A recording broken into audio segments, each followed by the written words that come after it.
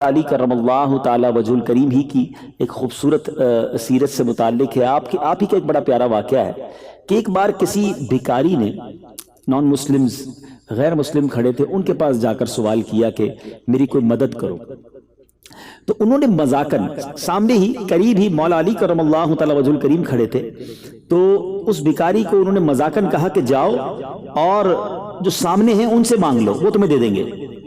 وہ بھکاری وہاں سے چلا اور حضرت مولا علی کرم اللہ تعالی وجہہ کریم کے پاس آیا کہ حضور اب آپ میری کوئی مدد کریں۔ تو بظاہر مولا علی کرم اللہ تعالی وجہہ کریم کے پاس بھی دینے کو کچھ نہیں تھا، مال نہیں تھا، تو آپ نے کیا کیا کہ 10 بار درود پاک پڑھا اور اس بھکاری کی مٹھی پر دم کر دیا اور کہا مٹھی بند کرو، اور اب ایسا کرو کہ جا کر وہ جو غیر مسلم کفار کھڑے ہیں ان کے سامنے جا کر مٹھی کو کھولنا۔ اچھا وہ بھی دیکھ رہے تھے، دیا تو کچھ نہیں، پتہ نہیں کچھ پڑھ کے دم کر دیا ہے، پھونک مار دی ہے۔ تو بھکاری نے مٹھی بند کی اور جا کر ان کے سامنے جب کھولی تو اس میں 1 دینار موجود تھا، اور جب وہ یہ کرامت دیکھی مولا علی کرم اللہ تعالی وجہہ کریم، کفار کلمہ پڑھ کر مسلمان ہو گئے۔ تو اس میں 2 باتیں پتہ چلی کہ درود پاک کے بے شمار فضائل و برکات ہیں، اور سبحان اللہ سیدی شیر خدا مولا علی کرم اللہ تعالی وجہہ کریم وہ عظیم ہستی ہیں کہ جن کی کرامتیں بے شمار ہیں۔ آج ہم کرامتوں پر بہت زیادہ بات نہیں کریں گے، ورنہ تو ایسے ایسے امیزنگ واقعات ہیں کہ ہم ساری رات بیان کرتے رہیں کہ سیدی مولا علی کرم اللہ تعالی وجہہ کریم کو اللہ تبارک و تعالیٰ نے کتنے کمالات سے نوازا تھا، اتنا کلوز ریلیشن نبی پاک علیہ الصلوۃ والسلام سے آپ کا ہے۔ آپ سنیں گے آگے کہ ایمان تازہ ہو جائے گا کہ آپ کی جو اپ کمنگ ہوئی ہے، کس طرح آپ بچپن سے بڑھاپے کی طرف اور جوانی کی طرف گئے ہیں، آپ کی جو نشو و نما ہوئی ہے سبحان اللہ، وہ کس کی گود میں ہوئی ہے، کس کی باتیں سن کر ہوئی ہے، آپ آگے بڑھے ہیں تو کیسے بڑھے ہیں سبحان اللہ، آگے آگے سنتے جائیں گے۔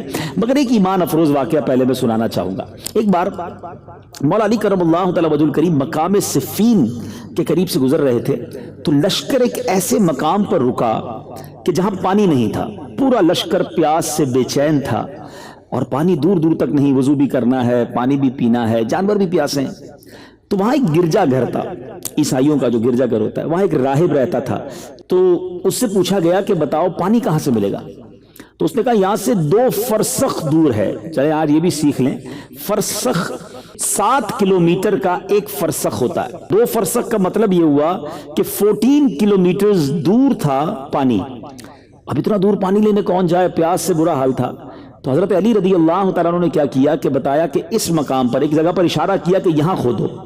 لوگوں نے وہاں کھڈا کھودنا شروع کیا پانی نکالنے کے لیے۔ اب بیچ میں ایک زبردست چٹان پتھر آ گئی، سارے لوگوں نے کوشش کی کسی طرح اسے بروک کر دیں، بریک کریں، توڑ دیں، نہیں ٹوٹا۔ تو مولا علی کرم اللہ تعالی وجہہ کریم آئے اور اس پتھر کے اندر اپنے ہاتھ کو پھنسایا اور زور سے کھینچا تو پتھر بھی نکل آیا اور میٹھے پانی کا چشمہ بھی جاری ہو گیا، ٹھنڈا میٹھا پانی نکل آیا۔ سارے لوگ حیران کہ ایگزیکٹلی اسی مقام پر کھودنے کا حکم بھی دیا اور وہیں سے ٹھنڈا میٹھا پانی بھی نکل آیا۔ مگر اس سے زیادہ امیزنگ بات یہ ہوئی کہ جو گرجا گھر میں راہب تھا وہ اپنے کھڑکی سے سارا منظر دیکھ رہا تھا، اسی نے کہا تھا 14 کلومیٹر دور 2 فرسخ دور پانی ملے گا۔ وہ آیا اور آ کر مولا علی سے پوچھتا ہے بتائیے آپ نبی ہیں؟ انہوں نے کہا نہیں۔ آپ فرشتے ہیں؟ کہا نہیں۔ پھر آپ کون ہیں؟ کہا میں نبی آخر الزمان جناب محمد مصطفیٰ صلی اللہ علیہ وسلم کا ساتھی ہوں، ان کا صحابی ہوں۔ تو کہا ہم نے اپنی کتابوں میں پڑھا ہے کہ اس گرجا گھر کے قریب ایک ٹھنڈے میٹھے پانی کا چشمہ چھپا ہوا ہے، اور اس کو آخری زمانے میں ایک شخص آ کر دریافت کرے گا، اور وہ وہی ہوگا جو آخری نبی کا صحابی ہوگا۔ ہم انتظار میں تھے کہ وہ منظر کب دیکھیں گے، مجھ سے پہلے بھی کئی راہب اس گرجا گھر میں زندگی گزار کر چلے گئے، اس منظر کے انتظار میں آج آپ آئے ہیں، آپ نے پانی نکالا ہے، اس لیے میں آپ کا مذہب قبول کرتا ہوں اور کلمہ پڑھ کر مسلمان ہو گیا۔ مولا علی کرم اللہ تعالی وجہہ کریم جب یہ واقعہ سنانا، آپ زارو کتار رونے لگے۔ سوچئے کیوں رونے لگے؟ آپ رونے لگے اور آپ فرماتے ہیں اتنا روئے کہ آپ کی داڑھی مبارک آنسوؤں سے تر ہو گئی، اور اس کی وجہ یہ بیان کی کہ الحمدللہ ان لوگوں کی کتابوں میں بھی میرا ذکر موجود ہے۔ اللہ نے مجھے اپنے کرم سے یہ مقام دیا کہ ان لوگوں کی کتابوں میں بھی میرا ذکر موجود تھا کہ ایک صحابی آئے گا اور آ کر اس جگہ سے پانی کے کنویں کو دریافت کرے گا۔ سبحان اللہ۔ اب آئیے خوبصورت انٹروڈکشن مولا علی کرم اللہ تعالی وجہہ کریم کے بارے میں جان لیجئے کہ اللہ تبارک و تعالی نے مقام کیسا دیا۔ سیدنا مولا علی کرم اللہ تعالی وجہہ کریم مکہ مکرمہ میں پیدا ہوئے، آپ کی والدہ ماجدہ حضرت سیدتنا فاطمہ بنت اسد رضی اللہ تعالی عنہا ہے. یاد رہے مولا علی کی زوجہ محترمہ بی بی فاطمہ خاتون جنت ہیں، مگر مولا علی کی جو والدہ ہیں ان کا نام بھی فاطمہ ہے اور وہ فاطمہ بنت اسد ہیں. والد نے آپ کا نام علی رکھا. حضور پر نور صلی اللہ تعالی علیہ وسلم نے آپ کو اسد اللہ کے لقب سے نوازا. اسد کہتے ہیں شیر کو، اللہ کے شیر کے لقب سے آپ کو نوازا. اس کے علاوہ مرتضی یعنی چنا ہوا یہ بھی، اور کرار. کرار کے معنی کیا ہے؟ حیدر کرار کہتے ہیں نا. کرار کے معنی ہے پلٹ پلٹ کر وار کرنے والا. آپ کا لقب کرار بھی ہے، شیر خدا، مولا مشکل کشا، یہ آپ کے مشہور القابات ہیں. اور نبی پاک علیہ الصلوۃ والسلام کے آپ چچا زاد بھائی ہیں، یعنی پیارے آقا علیہ الصلوۃ والسلام کے آپ گویا کزن ہیں. یاد رہے آپ خلیفہ چہارم ہیں، چوتھے خلیفہ ہیں، جانشین رسول، زوج بطول. حضرت سیدنا علی بن ابی طالب کی کنیت ابو الحسن اور ابو تراب ہے. آپ کی کنیت ابو الحسن امام حسن کے نام کی وجہ سے، آپ کے بڑے صاحبزادے کی نام کی وجہ سے، اور ابو تراب کہتے ہیں مٹی والے کو. یہ کیوں کہا گیا یہ بھی ابھی آگے آپ سنیں گے. آپ نبی پاک علیہ السلام کے چچا ابو طالب کے فرزند ہیں. عام الفیل یعنی جب یہ اصحاب فیل والا واقعہ ہوا تھا اس کے 30 سال بعد، جب نبی پاک علیہ الصلوۃ والسلام کی عمر مبارک بھی 30 سال تھی، یعنی پیارے آقا سے 30 سال عمر میں چھوٹے ہیں. نبی پاک کی 30 سال کی جب عمر ہوئی تو 13 رجب المرجب جمعہ کا دن تھا. مولا علی کرم اللہ تعالی وجہ الکریم پیدا ہوئے. آپ کی ولادت مکہ مکرمہ میں ہوئی. سبحان اللہ. آپ کی والدہ ماجدہ کا نام فاطمہ بنت اسد ہے. آپ 10 سال کی عمر میں ہی دائرہ اسلام میں داخل ہو گئے. اچھا یہ کیسا ہوا؟ پیارے آقا نے اعلان نبوت 40 سال کی عمر میں کیا، تو جیسے ہی پیارے آقا علیہ الصلوۃ والسلام نے اعلان نبوت کیا، اسلام کا پیغام دیا، تو فرسٹ آف آل یعنی ایک روایت یہ بھی ملتی ہے کہ سب سے پہلے ایمان لانے والے مولا علی ہیں. ایک روایت یہ ملتی ہے کہ حضرت خدیجہ ہیں. ایک روایت یہ ملتی ہے کہ سیدنا ابو بکر صدیق ہیں. تو علماء نے اس کو زبردست طریقے سے کیٹیگرائز کیا کہ سب سے پہلے مردوں میں جو ایمان لائے وہ حضرت ابو بکر صدیق ایمان لائے. سب سے پہلے عورتوں میں جو ایمان لائیں وہ حضرت خدیجۃ الکبریٰ رضی اللہ تعالی عنہا ایمان لائیں. اور سب سے پہلے لڑکوں میں جو ایمان لائے وہ مولا علی کرم اللہ تعالی وجہ الکریم ایمان لائے. سبحان اللہ. اب 10 سال کی عمر ہے، اسلام قبول کر لیا ہے، اور نبی پاک کی گویا گود ہے، آقا کی تربیت ہے، نبی پاک کی باتیں ہیں، پیارے آقا علیہ الصلوۃ والسلام کی آغوش ہے. فرام دا چائلڈہڈ مولا علی کرم اللہ تعالی وجہ الکریم کی جو تربیت ہوئی ہے، سبحان اللہ، وہ نبی پاک علیہ الصلوۃ والسلام نے گویا تربیت فرمائی. آپ نبی پاک کے ساتھ تمام ہی غزوات میں بڑے آگے رہ کر آپ کے ساتھ شرکت کی. غزوہ بدر، غزوہ احد، غزوہ خندق، تمام اسلامی جنگوں میں بے پناہ شجاعت کے ساتھ آپ شرکت کرتے رہے. کفار کے بڑے بڑے نامور بہادر جو تھے وہ آپ کی تلوار ذوالفقار کے قاہرانہ وار کی وجہ سے واصل نار ہوئے. مولا علی حضرت عثمان غنی رضی اللہ تعالیٰ کی شہادت کے بعد آپ کے ہاتھ پر مہاجرین و انصار نے بیعت کی. آپ خلیفہ چہارم بنے، امیر المومنین بنے. 4 برس 8 ماہ 9 دن آپ مسند خلافت پر رہے. آپ کی جو حکومت تھی، جو خلافت تھی، وہ 4 years 8 months and 9 days یہ آپ کا ڈیوریشن تھا. 17 یا 19 رمضان کو ایک ظالم نے آپ پر قاتلانہ حملہ کیا، اور 21 رمضان اتوار کی رات آپ نے جام شہادت نوش کیا. یہ چھوٹا سا جس کو آپ کہیے انٹروڈکشن تھا، ورنہ آپ کی ہستی وہ ہے کہ کئی کتابیں لکھ دی جائیں، کئی بیانات کیے جائیں. اللہ تعالیٰ نے جو مقام آپ کو عطا کیا تھا، ابھی آپ مزید جب واقعات سنیں گے تو ریئلائز ہوگا کہ کیسی شاندار آپ کی تربیت ہوئی تھی. ایک بڑی امپورٹنٹ بات، صحابہ کرام علیہ رضوان کا ہم جب بھی نام لیتے ہیں تو ہم کہتے ہیں رضی اللہ تعالی عنہ. مولا علی کے نام کے ساتھ کرم اللہ تعالی وجہہ الکریم کچھ ڈفر ہے نا. یہ کیوں کہا جاتا ہے؟ بڑی خوبصورت اس کی وجہ ہے. کرم اللہ تعالی وجہ الکریم یعنی اس کے پہلے تو معنی سمجھ لیجئے کہ کرم اللہ تعالی وجہ الکریم کے معنی ہے کہ اللہ تبارک و تعالی نے آپ کے چہرے کو اللہ تبارک و تعالیٰ اور عزت اور برکت نصیب فرمائے، اس پر اور رحمتوں کا نزول فرمائے. اس کی وجہ یہ ہے کہ جب قریش مبتلا قحط ہو گئے تھے، قحط کا وقت آیا تھا، تو پیارے آقا علیہ الصلوۃ والسلام ابو طالب پر تخفیف عیال یعنی بال بچوں کا بوجھ کچھ کم ہو جائے، اس لیے نبی پاک حضرت مولا علی کو بچپن ہی میں اپنی بارگاہ میں لے آئے تھے، یعنی گویا نبی پاک نے اپنے ساتھ ہی انہیں رکھ لیا تھا۔ مولا علی نے پیارے آقا علیہ الصلوۃ والسلام کے آغوش مبارک میں پرورش پائی، بچپن ہی سے جو آنکھیں کھولی تو نبی پاک کا چہرہ دیکھا، آواز سنی تو پیارے آقا کی آواز سنی، نبی پاک نے جیسے ہی اعلان نبوت کیا آپ ایمان لے آئے، اولین نماز پڑھنے والوں میں آپ شامل ہو گئے، گویا کبھی زندگی میں کسی بت کو سجدہ نہیں کیا، کسی اور کو خدا نہیں مانا، ماتھا کسی اور کے آگے نہیں ٹیکا، زندگی میں جب سے آنکھیں کھولی، نبی پاک کی آغوش میں آنکھیں کھولی تو آپ کے چہرے کو اللہ نے شروع ہی سے ان تمام چیزوں سے بچائے رکھا، عزت عطا فرمائی، اس لیے آپ کا لقب کرم اللہ تعالی وجہہ ہو گیا، سبحان اللہ۔ اور میرے میٹھے اسلامی بھائیوں، اب نبی پاک نے کرم کیسا کیا، اپنی لاڈلی شہزادی حضرت سیدتنا فاطمہ الزہرا رضی اللہ تعالی عنہا آپ کی زوجیت میں آئیں، ان کے ساتھ نبی پاک نے نکاح فرمایا، بڑے شہزادے حضرت امام حسن تھے اس لیے آپ ابو الحسن کہلائے۔ اب آئیے بتاتا ہوں ابو تراب کیوں کہتے ہیں۔ ابو تراب مٹی والا۔ ایک بار نبی پاک علیہ الصلوۃ والسلام بی بی فاطمہ کے گھر آئے اور معلوم کیا کہ مولا علی کہاں ہے، پتہ چلا کہ وہ گھر سے باہر گئے ہیں، پیارے آقا علیہ الصلوۃ والسلام ان کے پیچھے گئے تو آپ ایک مٹی کے ڈھیر پر لیٹے ہوئے تھے، چادر جسم سے ہٹ گئی تھی تو وہ مٹی جو ہے آپ کے جسم پر لگ گئی، نبی پاک نے فرمایا قم یا ابا تراب، اٹھ جاؤ اے مٹی والے۔ حضرت مولا علی کہتے ہیں جب سے نبی پاک نے مجھے ابو تراب کہا ہے مجھے اپنے سارے ناموں سے زیادہ اچھا نام یہ لگنے لگ گیا ہے۔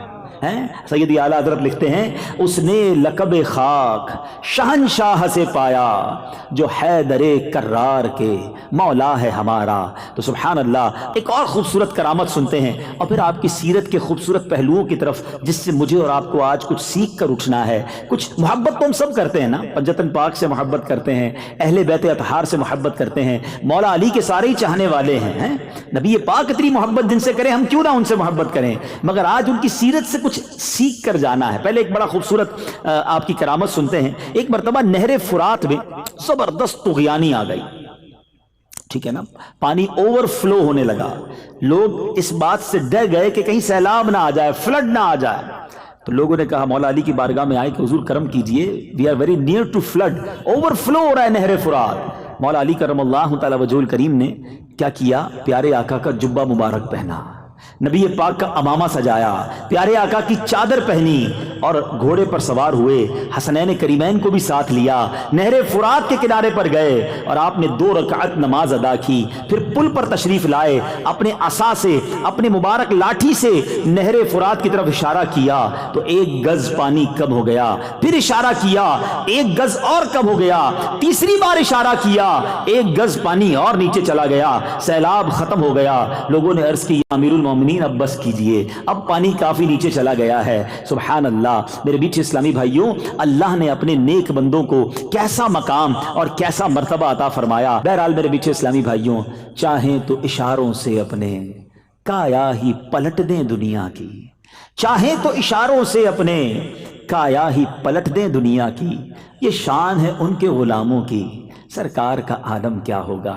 ہو سکتا ہے کسی کے ذہن میں یہ بات بھی آئے کہ جناب یہ کیسے پاسبل ہے کہ اس طرح کے میریکلز، اس طرح کی انہونی چیزیں یہ قرآن و حدیث میں کہاں موجود ہیں؟ یہ آپ واقعات تو سنا رہے ہیں مولا علی کے، اس کی کوئی اصل قرآن سے ہے، اس کی کوئی اصل حدیث سے ہے؟ میں بہت بڑے اس کی ڈیٹیل میں نہیں جاؤں گا، لیکن جو قرآن پڑھنا جانتے ہوں اور قرآن کو ریسرچ کر سکتے ہوں تو 2 واقعات کی طرف اشارہ کر دیتا ہوں، باقی تفصیل آپ کو قرآن پاک خود بتا دے گا کہ بی بی مریم رضی اللہ تعالی عنہا جو ہیں، آپ کی محراب کا ذکر قرآن میں ہے، جہاں پر آپ عبادت کیا کرتی تھی۔ حضرت زکریہ علیہ السلام نے جب وہاں جاتے ہیں تو دیکھا کہ حضرت مریم کو بے موسم کے پھل مل رہے ہیں، اور آپ نے دیکھا کہ جب وہ پھل کا موسم نہیں ہوتا تھا آپ کو اس محراب میں پھل ملتے۔ آپ نے پوچھا ہے مریم یہ پھل کہاں سے آئے؟ کہا مجھے اللہ دیتا ہے۔ حضرت مریم کی اس محراب میں رہ کر حضرت زکریہ علیہ السلام نے جب دعا کی، اللہ نے انہیں اولاد عطا کی۔ تو پتہ چلا کہ قرآن میں بی بی مریم کی اس کرامت کا ذکر ہے۔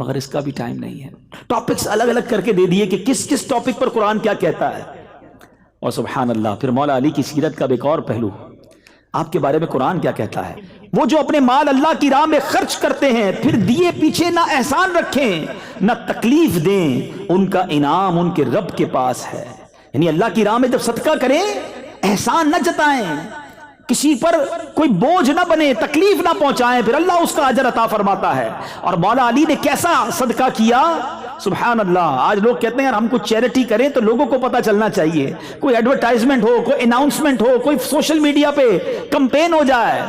مولا علی کا صدقہ ایسا ہے کہ صبح قیامت تک قرآن کی تلاوت ہوتی رہے گی، اور مولا علی کا جو صدقہ تھا اس کا ذکر ہوتا رہے گا. قرآن کہتا ہے وہ جو اپنے مال خیرات کرتے ہیں رات میں اور دن میں، چھپے اور ظاہر، ان کے لیے ان کا نیک یعنی انعام حصہ ہے ان کے رب کے پاس، ان کو نہ کچھ اندیشہ ہو نہ کچھ غم. یہ کیوں کہا قرآن نے؟ آپ نے کیا کیا؟ آپ کے پاس 4 جو ہے وہ درہم تھے، چاندی کے سکے تھے، آپ کو اللہ کی راہ میں خرچ کرنے تھے. آپ نے کیا کیا؟ آپ نے ان چاروں کو خیرات کیا. صرف 4 تھے، وہ چاروں خیرات کر دیے. مگر کیسے کیا؟ ایک رات میں دیا، ایک دن میں دیا، ایک چھپ کر دیا اور ایک ظاہر کر کے دیا. آپ نے چاہا کہ کسی ذریعے سے اللہ کی بارگاہ میں قبول ہو جائے. چاروں انداز سے صدقہ دیا، اور اللہ کو یہ انداز ایسا پسند آیا کہ اللہ تبارک و تعالیٰ نے آپ کے صدقے کو قرآن میں بیان فرما دیا کہ وہ لوگ جو اس طرح صدقہ کرتے ہیں صبح و شام، چھپا کر ظاہر، ان کا اجر اللہ کے پاس ہے. اے میرے میٹھے اسلامی بھائیوں، مولا علی کرم اللہ وجہ الکریم کی سیرت کے 2 اور پہلو سامنے آئے. پہلا تو قرآن ہو گیا، اب 2 اور پہلو. ایک تو سخاوت. 4 تھے، چاروں صدقہ کر دیے. ادھر کروڑوں ہوتے ہیں مگر زکوٰۃ پوری نہیں دیتے، ڈیفیکلٹ فیل کرتے ہیں، کوئی نہ کوئی بہانہ ڈھونڈتے ہیں کہ یار کوئی ایسی ٹرک مل جائے کہ اتنی بڑی پراپرٹی ہے، اتنا بڑا بینک بیلنس ہے، یار میری تو کروڑوں زکوٰۃ بن جائے گی. کوئی فتویٰ ایسا لے آؤ، میں کوئی ایسی جگہ انویسٹمنٹ کر دوں کہ میری زکوٰۃ چھوڑی ہو جائے. استغفر اللہ. جس رب نے تمہیں کروڑوں دیے ہیں تمہیں اس کا 2.5% دیتے ہوئے موت آتی ہے. آپ کو پتہ ہے قارون کیوں تباہ ہوا تھا؟ What is the reason? قارون بلینر تھا اس وقت کا، اتنا خزانہ تھا کہ اس کے خزانے کی چابیوں کو اٹھانے کے لیے ایک پوری جماعت چلتی تھی، اونٹوں کی قطاریں لگتی تھی، خزانے کے لیے نہیں، اس کی کیز کے لیے. تو اس کو حضرت موسیٰ علیہ السلام نے آرڈر دیا کہ تمہیں زکوٰۃ دینی ہے 1000 پر 1. آج تو 100 پہ 2.5 ہے نا، 2.5% ہے. اس کو 1000 پہ 1 کہا تھا، اس نے اوکے کر دیا. گھر جا کے کیلکولیشن کی تو اس کا تو 1 بھی بہت بنتا تھا، وہ بھی شاید اس زمانے کا کروڑوں اربوں روپے بنتا تھا. تو اب اس کو تو بھاری پڑ گیا کہ میں زکوٰۃ کیسے دوں. اس نے وہ زکوٰۃ کے ڈینائل کے لیے حضرت موسیٰ سے جنگ کی، حضرت موسیٰ پر معاذ اللہ برے الزام لگائے، لوگوں میں کمپین کی کہ یہ ہمارا مال چھیننا چاہتے ہیں. اللہ نے قارون کو بھی غرق کر دیا، اس کے سارے خزانے کو بھی غرق کر دیا، تباہ و برباد ہو گیا.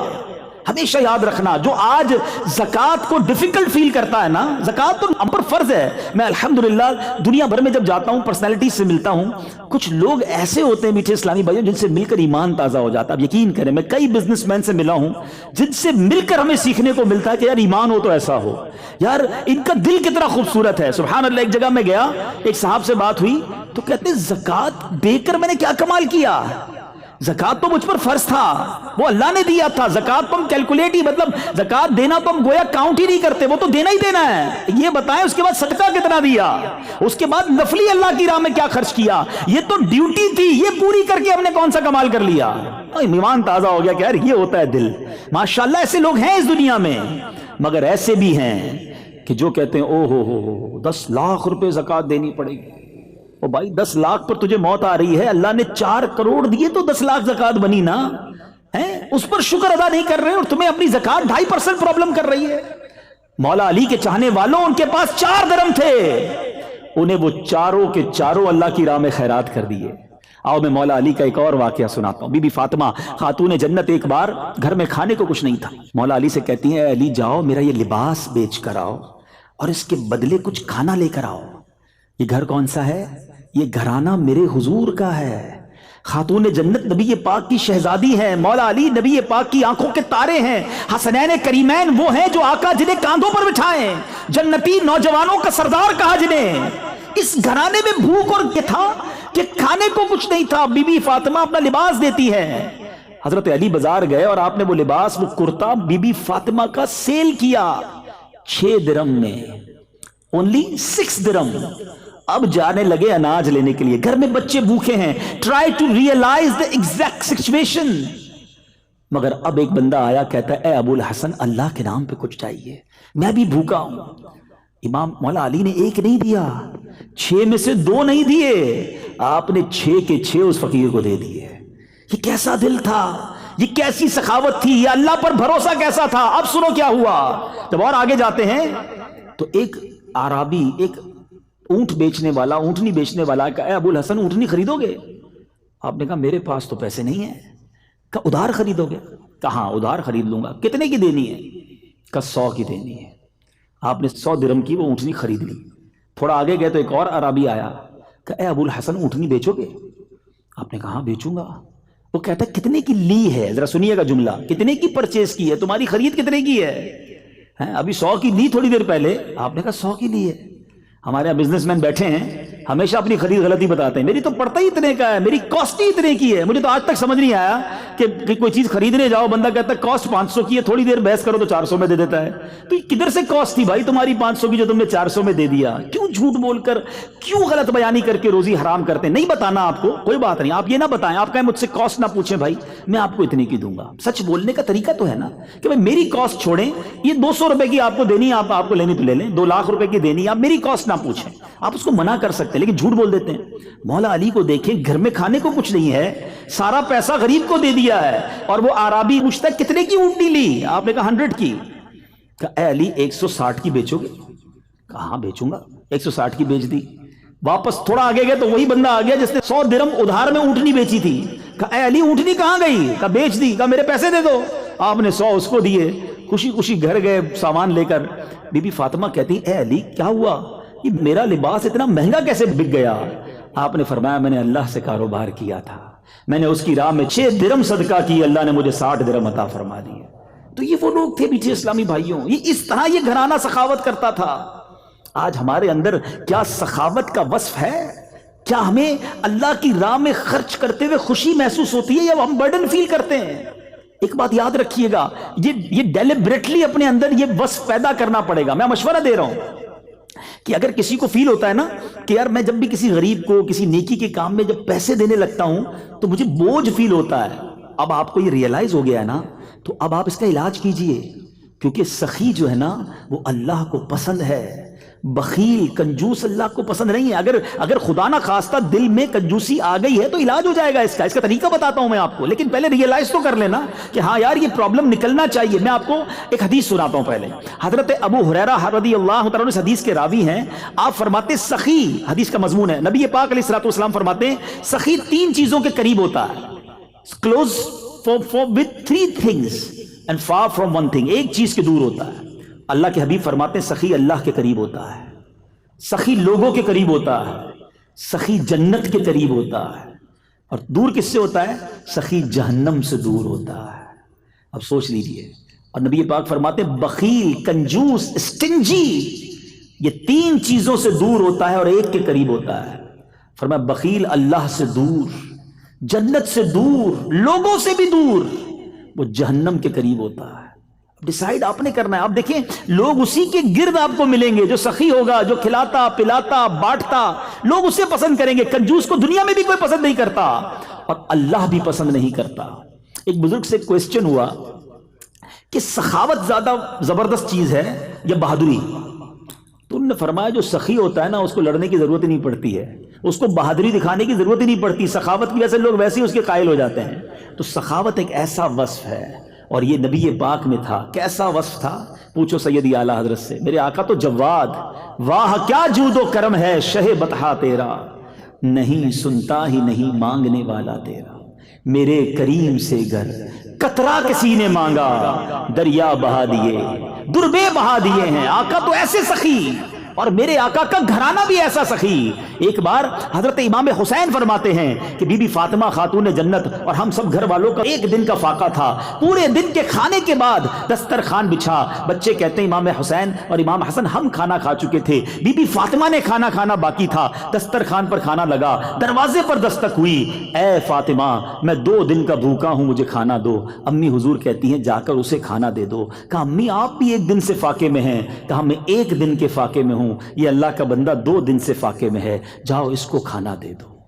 یہ گھرانہ میرے حضور کا ہے۔ مگر آج ہم اپنے اندر سوچیں، ہمارے آس پاس ہمارے غریب رشتہ دار ہیں، ہمارے غریب امپلائیز ہیں، ہمارے پڑوسی ہیں، مگر کیا ہم انہیں دیتے ہوئے خوشی محسوس کرتے ہیں؟ تلاش کر کے دیتے ہیں؟ اور سبحان اللہ مولا علی کی سیرت سنی ہے، 4 درہم تھے، 4 کے 4 اللہ کی راہ میں دے دیے نا، اور پھر اللہ نے قرآن میں کیسا ذکر کیا۔ اور دوسری بات کیا ملی، جو اب یہ 3rd پوائنٹ ہو گیا، پہلا قرآن سیکھنا ہے اور پڑھنا ہے، دوسرا سخاوت، اور تیسری چیز جو سیکھنے کو ملی مولا علی کی سیرت سے کہ آپ نے کس طرح چھپ کر اندھیرے میں دن کے اجالے میں، یعنی 4 طریقوں سے صدقہ دیا کہ کسی طرح اللہ کی بارگاہ میں قبول ہو جائے۔ مگر ہمارا طریقہ کیا ہے؟ اللہ کی رضا ہے یا لوگوں کو دکھانا ہے؟ پلیز یہ شیطان کا خطرناک وار ہے، یاد رکھیے، جب تک آپ شیطان اپنے اینیمی کو نہیں پہچانو گے وہ برباد کرتا رہے گا۔ شیطان کہتا ہے یار بندے نے میری بات تو مانی نہیں، نماز پڑھ ہی لی ہے، روزہ رکھ ہی لیا ہے، صدقہ دے ہی دیا ہے، اچھا کام کر ہی لیا ہے، اب اس کا یہ کام کس طرح تباہ ہو سکتا ہے؟ اب وہ دکھلاوا کرواتا ہے، اب وہ اس کے اندر یہ بات ڈالتا ہے کہ ذرا لوگوں کو بھی تو بتانا کہ تو کتنا نیک ہے۔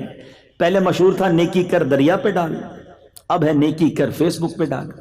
اب تو جو کام کرنا ہے فیس بک پہ ڈالنا ہے، ہمیں تو بس نہیں چلتا، ورنہ ہم لائیو اپنی نماز دکھائیں لوگوں کو، دیکھو یہ پہلا سجدہ ہو گیا، یہ دوسرا سجدہ ہو گیا، دیکھو میں نے کتنی دیر قیام کیا، اتنا حال برا ہے۔ ایچ اینڈ ایوری تھنگ ہمیں لوگوں کو بتانی ہے۔ سمجھو اس بات کو، یہ شیطان کا وار ہے اور اس پر احادیث موجود ہے، میں کوئی نئی بات نہیں کر رہا ہوں۔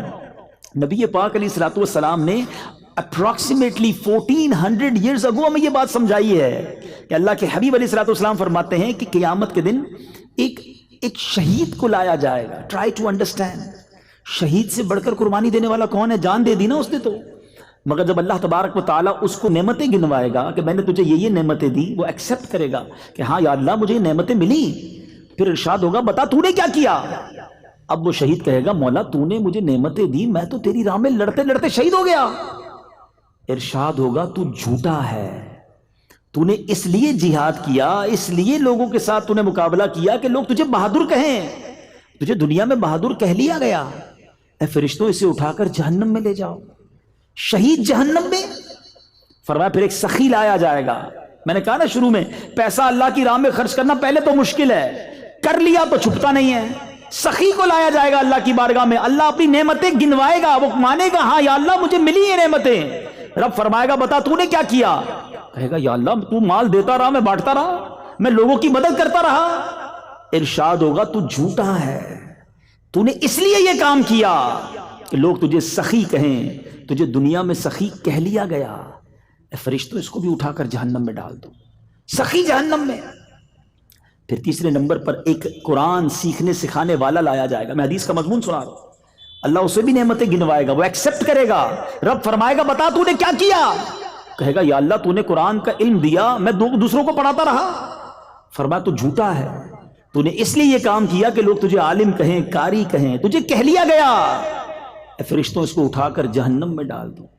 آپ ذرا سوچئے، جو یہاں سخی بیٹھا ہے، حاجی بیٹھا ہے، نمازی بیٹھا ہے، قرآن کا علم جاننے والا بیٹھا ہے، مبلغ بیٹھا ہے، ہم سب کو ڈرنا ہے کہ اللہ کے لیے کام کریں۔ اگر لوگوں کے لیے یہ کام کیے تو کہیں ایسا نہ ہو سارا سفر بیکار ہو جائے۔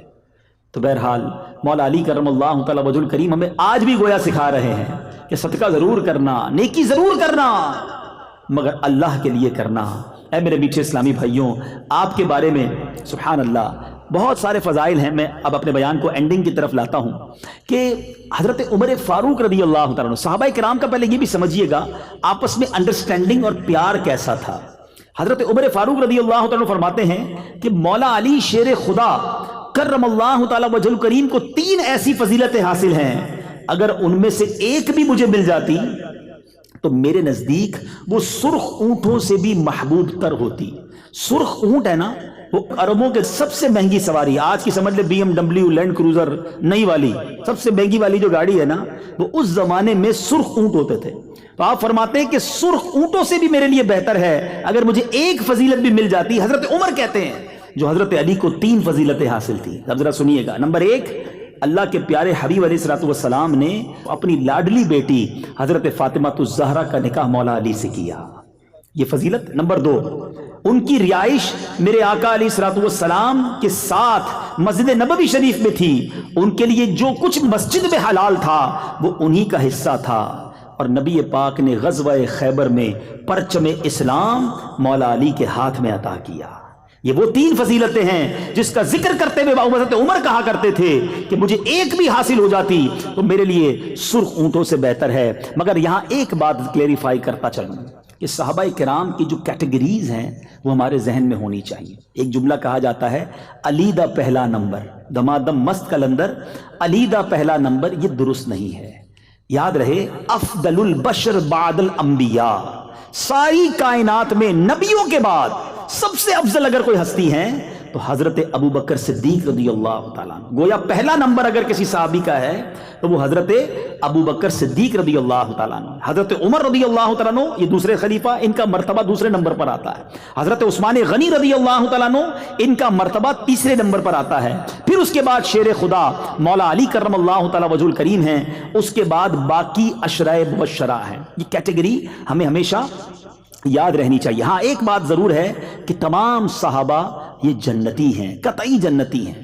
صحابہ جو ہیں یہ اولیاء کرام سے اوپر کا مرتبہ ہے. کوئی زمانے میں ولی ہو، کتب ہو، ابدال ہو، غوث ہو تو کسی صحابی کے مرتبے کو نہیں پا سکتا. میرے آقا فرماتے ہیں صحابہ ستاروں کی مانند ہیں، ان میں سے جن کی بھی پیروی کرو گے تم کامیاب ہو جاؤ گے، سکسیسفل ہو جاؤ گے. سبحان اللہ. میرے میٹھے اسلامی بھائیوں، اب آخری بات، اور حضرت علی کی بات ہو اور خیبر کی بات نہ ہو تو بات پوری نہیں ہوتی ہے. سبحان اللہ. میں نے وہ قلعہ جا کر جو خیبر کا قلعہ ہے، آج بھی جائیں تو ایمان تازہ ہوتا ہے کہ کیسی جگہ تھی. وہ علاقہ جو تھا نا پہاڑ کے اوپر ہے. آج بھی آپ جائیں تو وہ قلعہ پہاڑ کے اوپر تھا اور وہاں کفار بیٹھے ہوئے تھے اور مسلمانوں پر اوپر سے انہوں نے نظر رکھی ہوئی تھی. بڑا ڈیفیکلٹ تھا ان سے مقابلہ کرنا. مسلمانوں نے اس کا محاصرہ کیا ہوا تھا. کئی دن تک یہ مقابلہ چلتا رہا کہ کسی طرح یہ جو قلعہ ہے یہ فتح ہو جائے. سبحان اللہ. اللہ کے نبی علیہ الصلوۃ والسلام نے جب خیبر کا وہ دن آیا جس دن فتح ہونا تھا، آقا فرماتے کل یہ جھنڈا میں ایک ایسے شخص کو دوں گا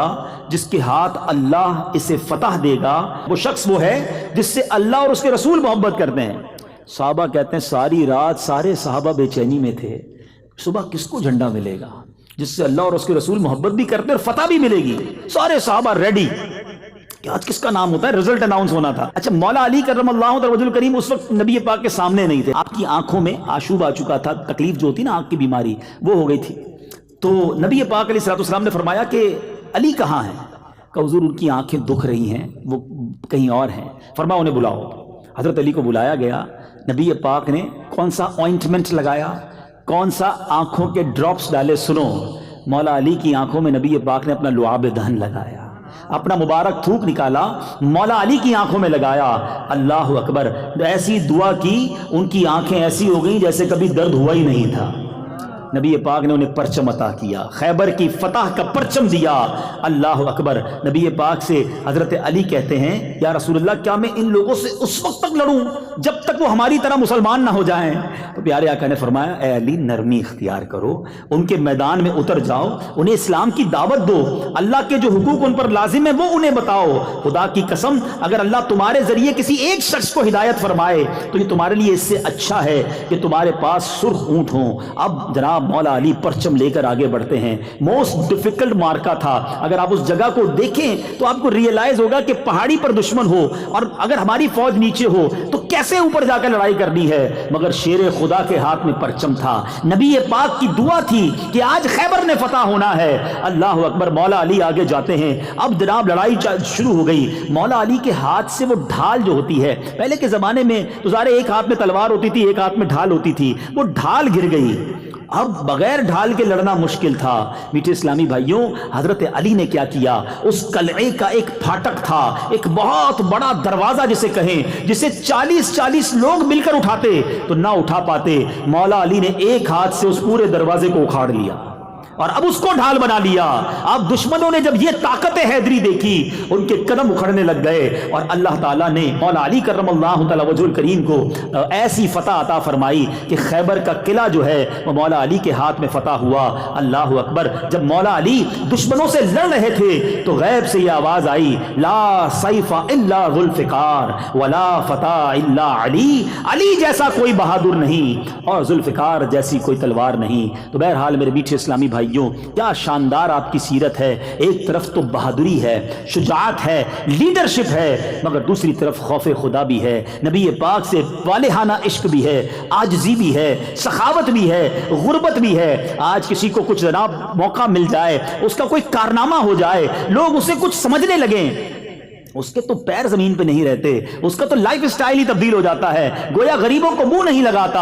مگر یہ کیسے لوگ تھے جن کا تذکرہ قرآن میں، جن کا تذکرہ حدیثوں میں، جو جناب نبی پاک فرمائیں کہ علی مجھ سے ہیں اور میں علی سے ہوں۔ ایسی شخصیت کا عاجزی اور انکساری اور غربت کا عالم یہ ہے، اور اللہ کی رضا پر راضی ہیں، قرآن کی تلاوت کرنے والے ہیں، راتوں کو رونے والے ہیں۔ اے میرے میٹھے اسلامی بھائیوں، اللہ کاش مولا علی کی سیرت کا صدقہ ہمیں بھی عطا فرمائے، قرآن پاک کی تلاوت نصیب فرمائے، اپنی راہ میں خوب دل کھول کر خرچ کرنا نصیب فرمائے، اور ہمیں اس میں ریاکاری سے بھی محفوظ فرمائے، اخلاص بھی عطا فرمائے۔ مولا علی کی ایک اور عجیب بات یہ تھی کہ آپ سردیوں میں بڑے ٹھنڈے ٹھنڈے کپڑے پہنتے تھے، گرمیوں میں بڑے موٹے کپڑے، یعنی سردیوں والے کپڑے گرمیوں میں پہنتے تھے، گرمیوں والے کپڑے ٹھنڈ میں پہنتے تھے۔ آپ سے کسی نے پوچھا کہ حضرت آپ یہ کیوں کرتے ہیں؟ آپ نے فرمایا کہ نبی پاک علیہ الصلوۃ والسلام نے جب مجھے وہ دعا دی تھی، لعاب دہن میری آنکھوں میں لگایا تھا، اس وقت مجھے ایک اور دعا بھی دی تھی، اللہم اذہب عنہ الحر والبرد، یعنی اے اللہ علی سے گرمی اور سردی دور فرما دے۔ وہ دن ہے، آج کا دن ہے، نہ مجھے گرمی لگتی ہے نہ مجھے سردی لگتی ہے۔ کیا بات ہے میرے آقا کی دعاؤں کی۔ اللہ مزار مولا علی پر کروڑوں رحمتوں کی بارش نازل فرمائے اور ان کے صدقے ہماری مغفرت فرمائے۔ آپ کی شہادت کیسے ہوئی، یہ بھی بڑا ہی دل خراش واقعہ ہے کہ آپ رضی اللہ تعالی عنہ 17 یا 19 رمضان کو آپ فجر کے وقت، یعنی صبح سے، نماز صبح سے پہلے آپ بیدار ہوئے، پھر مؤذن نے اذان دی، الصلاۃ الصلاۃ الصلاۃ کی جب اس نے آواز لگائی تو آپ نماز پڑھنے کے لیے گھر سے نکلے، راستے میں لوگوں کو آواز لگاتے رہے، نماز کے لیے چلو، نماز کے لیے چلو۔ اور اب جب مسجد کی طرف جا رہے تھے، اندھیرے کا عالم تھا، ابن ملجم خارجی نے آپ پر تلوار کا ایک ظالمانہ وار کیا، جس کی شدت سے آپ کی پیشانی کٹ گئی، تلوار دماغ میں جا کر گری۔ اتنے میں چاروں طرف سے لوگ آئے اور 2 دن بعد آپ نے جامع